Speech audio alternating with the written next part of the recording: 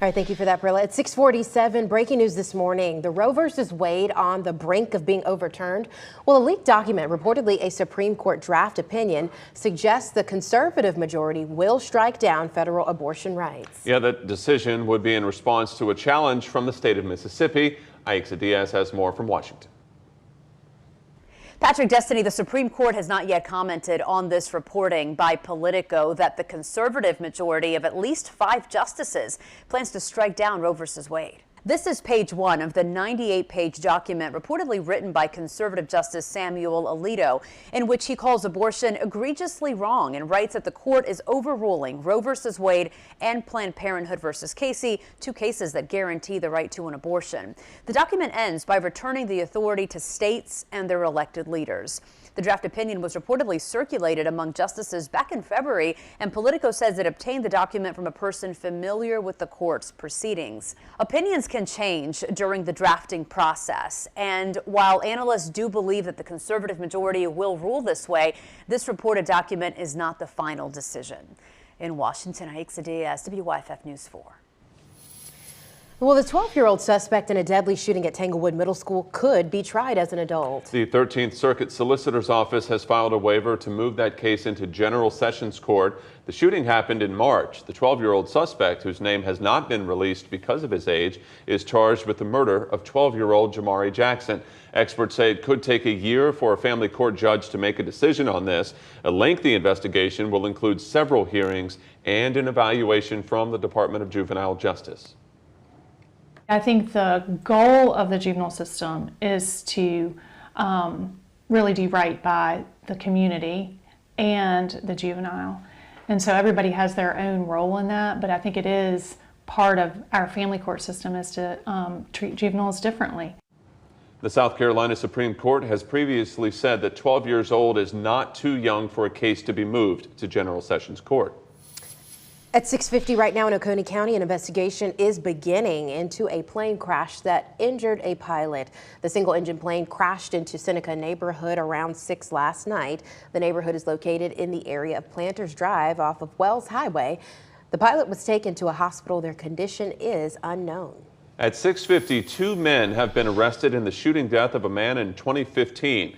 24-year-old Isaiah Irby is accused of killing Alfonso Piles in July of that year. His body was found in a park near Riverside High School. Deputies tell us Brandon Barksdale is already charged in this case. He's already behind bars on unrelated charges.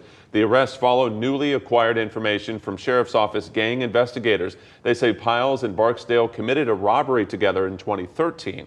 They say Barksdale thought Piles was going to testify against him, so he conspired with Irby to then kill Piles. This morning, we now know the name of a man found shot to death in a roadway over the weekend. The coroner identified him as 25-year-old William Jordan Fletcher. Deputies were called to the intersection of Owens Road and Old Pelzer Road Sunday night. They found Fletcher in the roadway. The coroner says he died of multiple gunshot wounds. This is being investigated as a homicide. No word on a suspect at this time, but investigators are asking anyone with information to call Crime Stoppers. In Greenville yesterday, a ride honoring the memory of a bicyclist killed a year ago. Members of the cycling community made their way from Hincapie Sportswear through Greenville in memory of 44-year-old Whit Oliver. The 44-year-old was riding his bike in Legacy Park on Mother's Day when he called 911 to report a man harassing him. During that call, dispatchers say that they heard gunshots.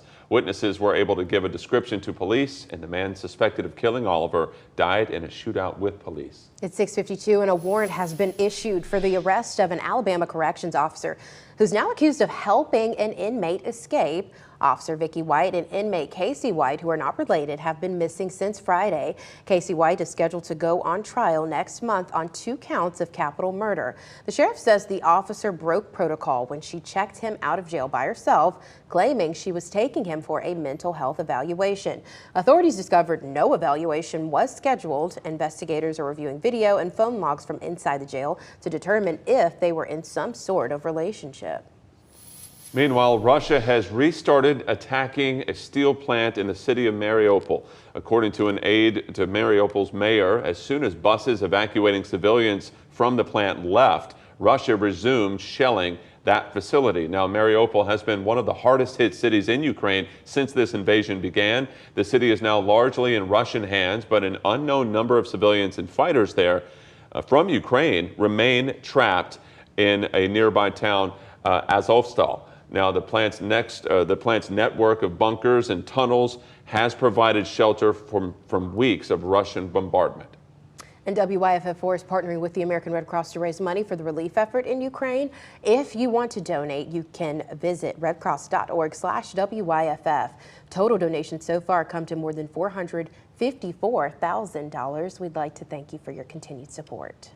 A Kansas community has started cleaning up after a powerful tornado ripped through the area over the weekend. More than 1,000 buildings were destroyed during the twister in Andover, Kansas. According to the National Weather Service, the tornado was on the ground for over 20 minutes and carved a 13-mile-long path of destruction. It was rated an EF3 tornado with maximum wind speeds of 155 miles an hour. 4 people, including 2 firefighters, were injured during the storm. Their injuries are said to be minor.